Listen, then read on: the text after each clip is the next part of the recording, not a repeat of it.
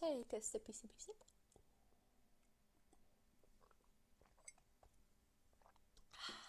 Right. Hello, I'm Kate. This video is going to be what 2022 has taught me. Starting off with, life's too short to be unhappy, and you, more often than not, can control whether you're happy or not. You can choose happiness. If it's raining outside, you can be like, oh, it's raining outside. Or you can be like, oh, it's raining outside.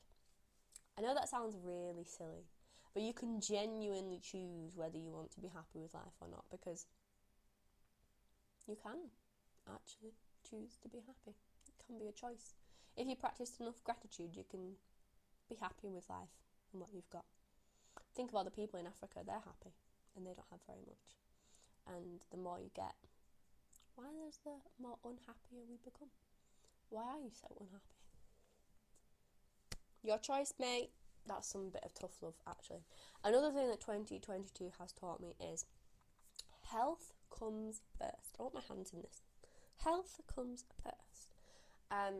You know, if you go to work or you've got your own business and you're not healthy, or you're not looking after your health, then you can't show up in life to yourself, to your friends, to your family. You can't be there. I was meant to be looking after my grandma this Christmas and I wasn't well. So obviously I had to look after myself. But perhaps if I'd taken better care of myself, I would have been okay, and then I could have taken better care of my grandma. Or, you know, work and making decisions and important stuff like that. If you look after yourself, then, you know, you rest, then you can go up and show up to work every day. But if you overwork yourself and burn the candle at both ends, you can't expect to not burn out at some point. So your health does come first. Also, you can be the richest guy in the world. Look at Steve Jobs. He died, I think, from a heart attack. I think. Something happened. And he was like 40, 50. And he literally, I think he'd been ill for a bit, but he took 2 or 3 days off work. And then died. He was like one of the most successful, richest people in the world at the time, and he clearly wasn't looking after his health, and look where it got him. I mean, Apple is great right now, but he has nothing to show for it because he's dead. The legacy lives on, but he's dead, you know. He's not enjoying life now. So look after your health, because, you know, you can have all the money in the world, but you can't buy health. You know, nothing's going to stop you from having a heart attack unless you eat lots of salad and eat healthily. But you can't pay someone to stop you from having a heart attack. You can't pay someone to get rid of fatty liver disease. You can't pay someone. I mean, you could lose weight by having it all cut off or a gastric band, but there's no quick fix to that, and it's a lot of energy that you have to put into maintaining your health. You can't just buy time or buy health, unfortunately. Also, let me think what else I've got in my little notes. Yes, this is a really, really big one. It's to do with relationships. If they don't treat you how you treat them, same energy, and how you want to be treated, that's on them. Okay, so provided you've communicated how you want to be treated, you know, you usually communicate that through showing them love and how you want to be treated, and you expect similar energy back. But if you've had that conversation and they don't then give that energy back to you, it's not a reflection of you. It's a reflection of them. Alright? That's something so important to remember. I used to think, why can't I fix them? Why won't they love me more? You know, just loving someone more and giving them more and more love and hoping that they'd reciprocate it or they'd feel it or they'd appreciate it and go, oh, all this love. Oh, thank you so much. That's so nice of you. I can't believe you like me that much. I'll make sure that I reciprocate that too, because, that's clearly what you value and what you want. And so, if they can't do that, if they don't recognise all this love you're giving them, how much of a gem you are, gone. Like, it's not your fault either. It's nothing that you're doing. Also, the best piece of advice, a little nugget that I actually shared with my mum that she wasn't aware of that my dad had said, was, when I met your mum, I recognised that I had met an absolute gem. And when I met her, I wanted everybody to know that she was mine and that we were together and that she existed. I want everybody to know. So if this person doesn't make you feel like the gem that you are, then they're not for you. And honestly, she had never heard that before, and she wasn't aware that he told me that, and she cried, which was really nice and really cute, because obviously they appreciate each other. And Dad was like, well, she's a gem, so I recognise her. Is that enough? My mum was like, oh, I didn't know that. Anyway, okay. Oh yes, and further to that, if you then accept that mistreatment of when you know that you're giving them more energy than they're giving you, and you recognise that, and you then decide to stay, even though the fact that they're giving you less isn't your fault, but then you decide to stay, then you can't get mad when you know the truth that it's on them. You're staying. Your choice, May. You should probably leave. I know that's tough love and awful to say, because I have stayed and I've been like, oh, come on, love me more. And eventually I left.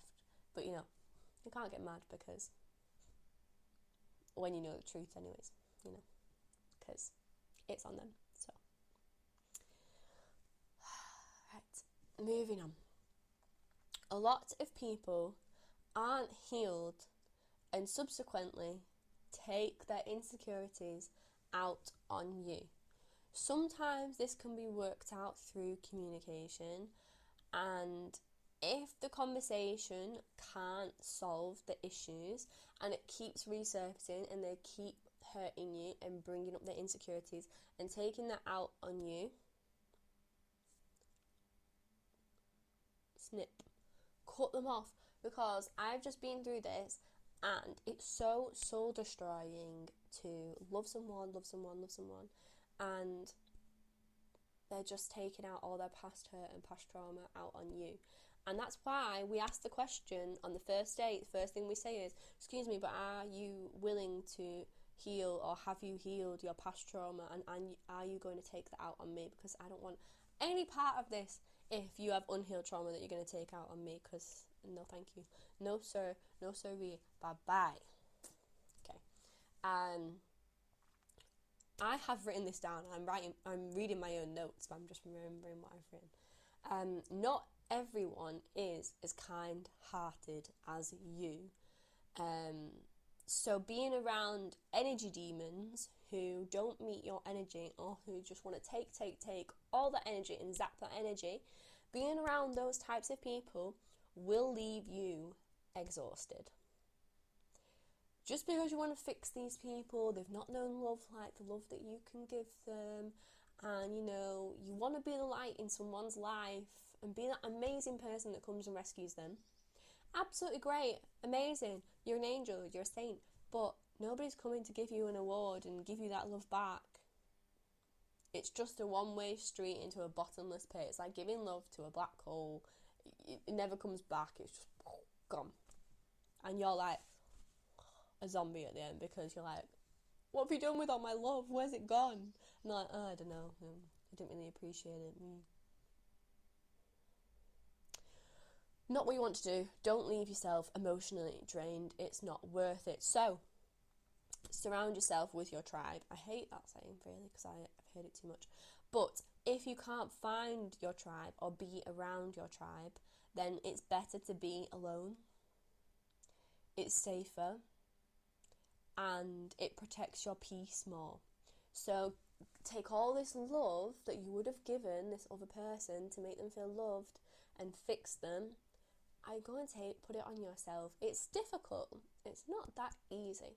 But you know, do the things that you were doing for this other person and just do it for yourself. Honestly, it feels so calm. It's like, what's going on? And it's so quiet, but it's quite nice. And if you're used to chaos, it's kind of like, kind of boring. To be fair, people say healing is boring. It kind of is, because it's so quiet and peaceful. You're like, I'm ready for some chaos now. Come and give me some chaos. No, don't do that. Embrace the peace. But yeah, be around your tribe, and if not, be on your own, because it's so nice to protect your peace sometimes.